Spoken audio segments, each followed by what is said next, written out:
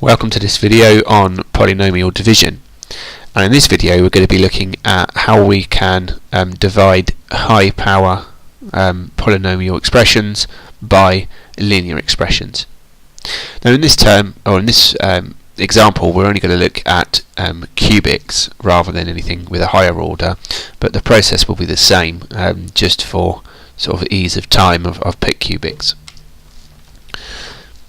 So we're going to start off by setting it out as we would do a numerical division problem.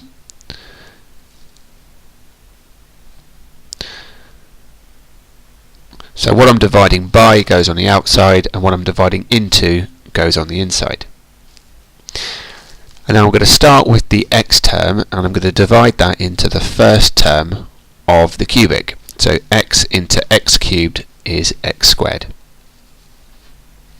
And then I'm going to multiply x squared by the whole of the linear term, and then I'm going to subtract that from my original. So x squared multiplied by x is x cubed, x squared multiplied by 1 is x squared. So I'm going to subtract that from my term. So x cubed subtract x cubed is 0, x squared subtract x squared is 0. So negative 4x subtract 0, and negative 4 subtract 0 leaves me with this. So now I'm going to repeat the process. So x into negative 4x is negative 4, and then I'm going to multiply through by negative 4, so it gives me negative 4x and negative 4, and when I subtract that I'm left with 0.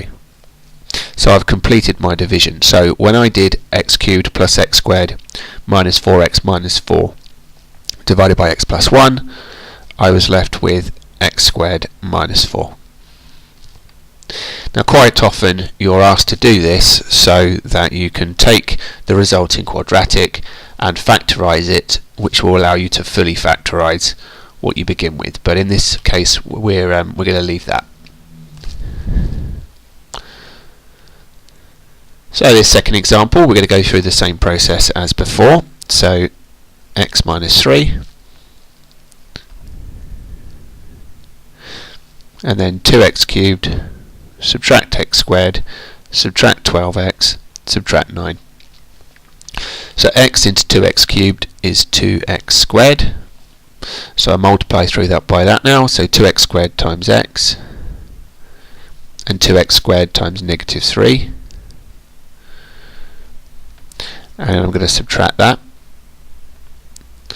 So negative x squared subtract negative 6x squared is 5x squared, and then the other two terms are carried down. So x into 5x squared gives me plus 5, or plus 5x. So then I multiply that through, so 5x squared subtract 15x, and I will subtract that, so it gives me 0. Negative 12 subtract negative 15 gives me 3, and then the negative 9 can carry down.